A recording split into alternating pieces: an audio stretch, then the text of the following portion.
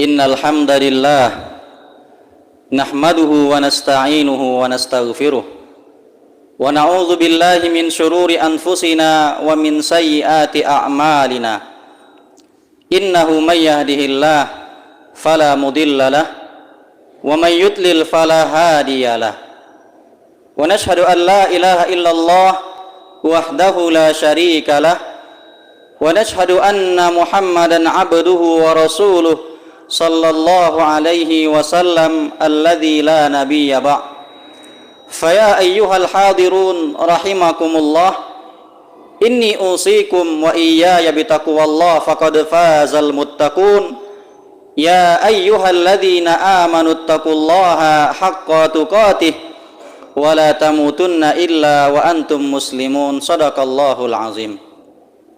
Ma'asyiral muslimin, sidang jemaah Jumat yang berbahagia, kembali kita bersyukur kepada Allah Subhanahu wa ta'ala yang hingga sampai detik ini Allah masih mencurahkan segenap nikmat dan karunia-Nya kepada kita bersama.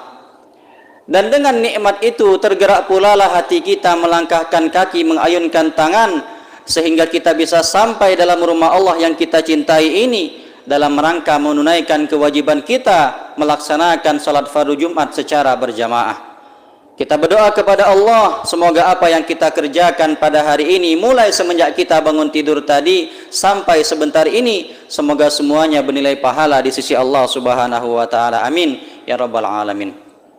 Selanjutnya salawat berangkaikan salam tidak lupa pula kita kirimkan kepada junjungan alam Nabi besar kita Muhammad sallallahu alaihi wasallam dengan mengucapkan Allahumma salli ala Muhammad wa ala ali Muhammad.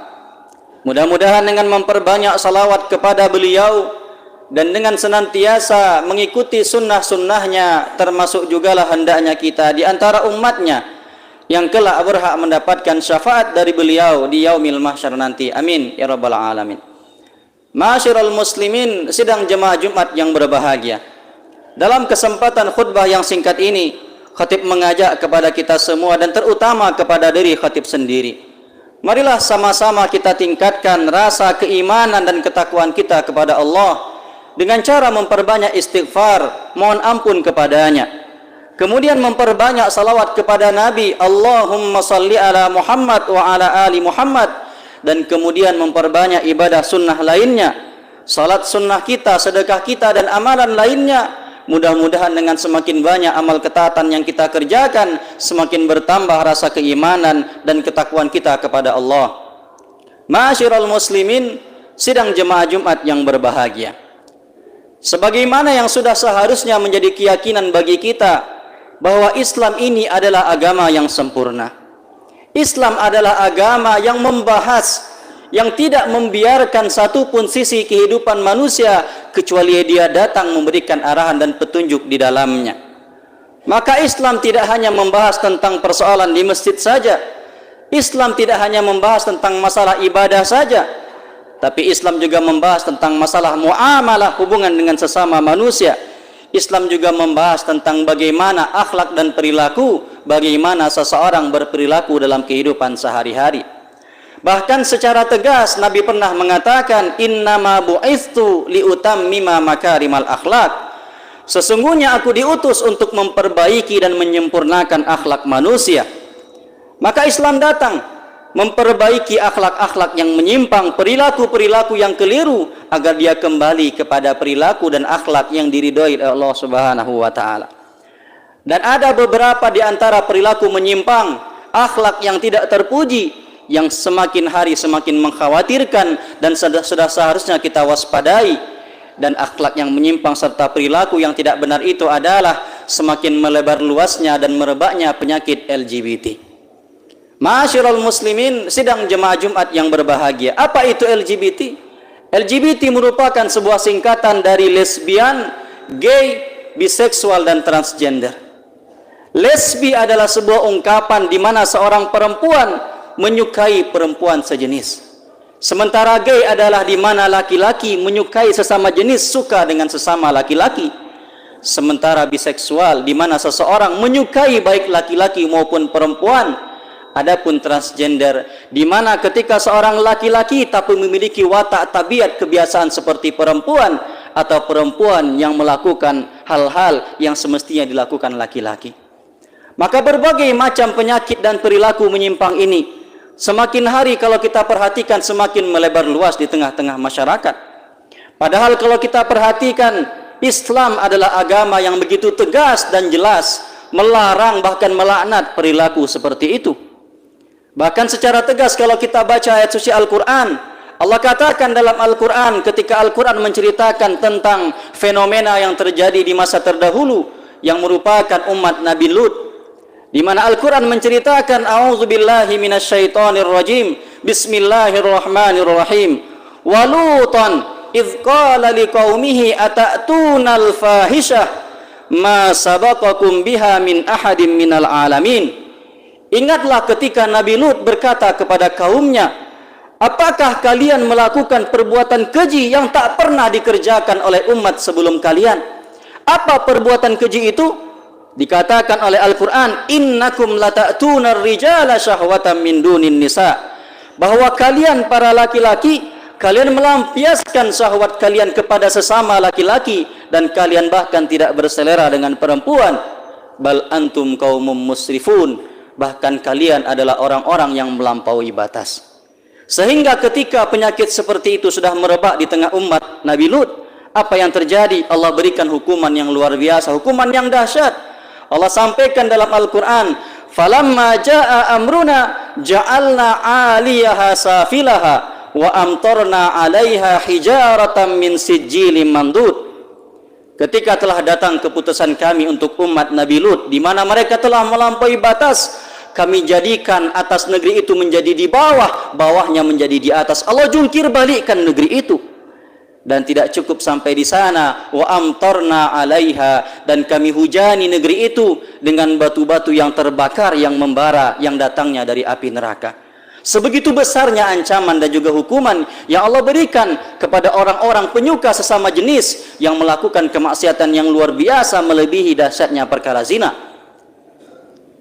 Bahkan dalam sebuah hadis Nabi pernah mengatakan, idza wajadtumuhu may ya'mal amala qaumi lut faqtulul fa'ila wal maf'ula bih.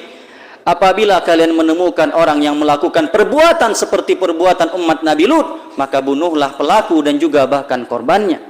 Sebegitu besar ancaman dosa dan juga hukuman yang Allah berikan kepada orang-orang yang terjerat dengan masalah seperti ini. Dan bagaimana mungkin tidak dilaknat oleh Islam dan juga Al-Quran? Jangankan manusia, hewan saja yang sehat tidak mau melakukan hal yang seperti itu. Kenapa? Karena perbuatan seperti ini sudah keluar dari kodrat kemanusiaan, sudah keluar dari fitrah kemanusiaan. Fitrah manusia itu di mana Allah menciptakan manusia itu berpasang-pasangan, laki-laki menyukai perempuan, perempuan menyukai laki-laki, dan Allah halalkan itu dengan jalan pernikahan.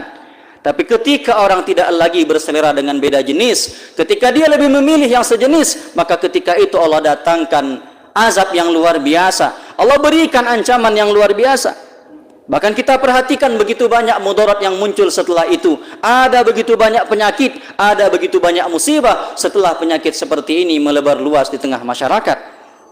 Kalau dahulu kita pernah mendengarkan ada penyakit HIV dan AIDS gara-gara orang melakukan perzinaan, gara-gara orang berganti-gantian menggunakan narkoba, pada hari ini tidak sedikit penyakit HIV dan AIDS yang ditemukan di rumah sakit justru bersumber dari penyakit LGBT ini.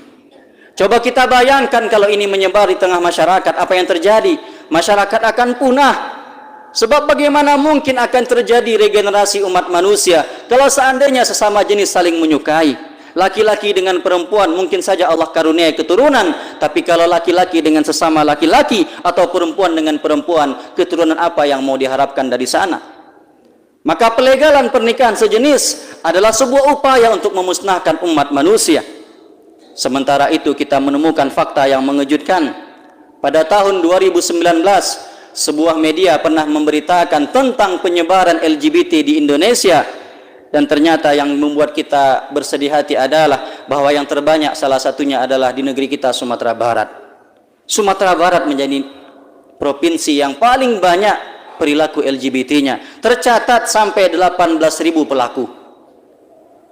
Dan kalau kita bayangkan 18.000 itu Anda dikumpulkan dalam suatu stadion sepak bola, maka akan penuh dengan orang-orang seperti itu. Dan itu tersebar luas di negeri kita Sumatera Barat. 5.000 diantaranya bersebar di kota Padang, sementara sisanya bersebar di 18 kota kabupaten di Sumatera Barat, termasuk juga Bukit Tinggi dan juga Kabupaten Agam. Sungguh ini kemudian menjadi penyakit yang luar biasa yang harus kita jadikan PR bersama.